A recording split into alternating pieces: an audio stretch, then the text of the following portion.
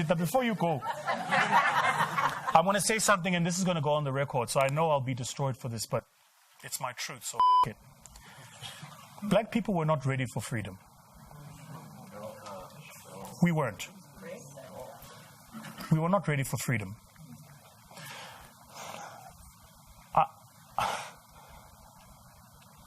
I've studied everywhere we have been liberated, whether or not we were able to liberate ourselves from our own bondage.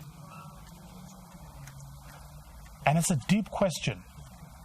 So, study us as a people. This is not a criticism, it's a reflection. If you differ, I'm happy to share perspectives. But study us as a people.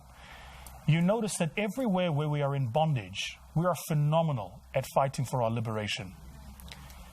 Once we've received it, something goes wrong. And the mindset is pervasive. And it's pervasive, it's invasive, it's insidious. It's like a virus. And if you try and remove, once a virus takes over a cell, it multiplies. And so the reason you can't remove the virus is the only way to kill it is to kill the host. That's where we are. So, when a person amongst us does something, rather than celebrate, we ridicule. Rather than collaborate, we compete. Rather than support, we sabotage. I thought long and hard about why is this? Like it's been bugging me. And then I realized something. That whether it was apartheid, colonization, the Jim Crow laws in the US, all of those systems of oppression had one singularity in communication. They said to black people, only one. That's it. So in slavery days, there was only one house nigger. The rest of y'all worked in the field.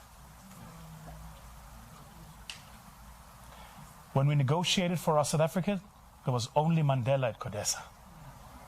All the other political parties had to sit and watch the ANC. When we got our liberation, there was only one Cyril at the board. Only one.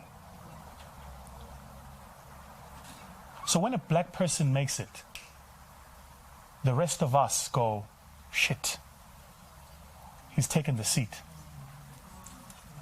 That's why we practice crabs in a bucket. We go, the only way I get that seat is if I'm Tatu Vosingbegala. We don't think multiplier. Make sense? So he's going, I want to make a supercar. Nobody's going, how do I make tires for a supercar? We all go, shit, now he's done it. I'm telling guys, this is my most honest reflection on, and I've thought about, do I share it on social media? I was just like, the time will come. This is felt right is the time. People will see this and I'll get slated for it, I'm sure. But I'm telling you now, I see it with me. The only people who attack are the people who want the seat. But here's what you're not seeing. I'm sitting where I'm sitting, and where I'm sitting, the system I'm fighting, if I get it right, opens for all of us. So, it's the guy who fights Makosa. It's the guy who fights Tula Cindy. It's the guy who fights a Trevor Noah. What you don't recognize is what they are doing in their spaces makes it okay for us to be in those spaces. So don't fight Batu, fight Nike. Don't fight Makosa, fight Gucci. Do you get it? Like your mind, it's all wrong, guys. The mindset is this thing. Hey, man, we must be here, man.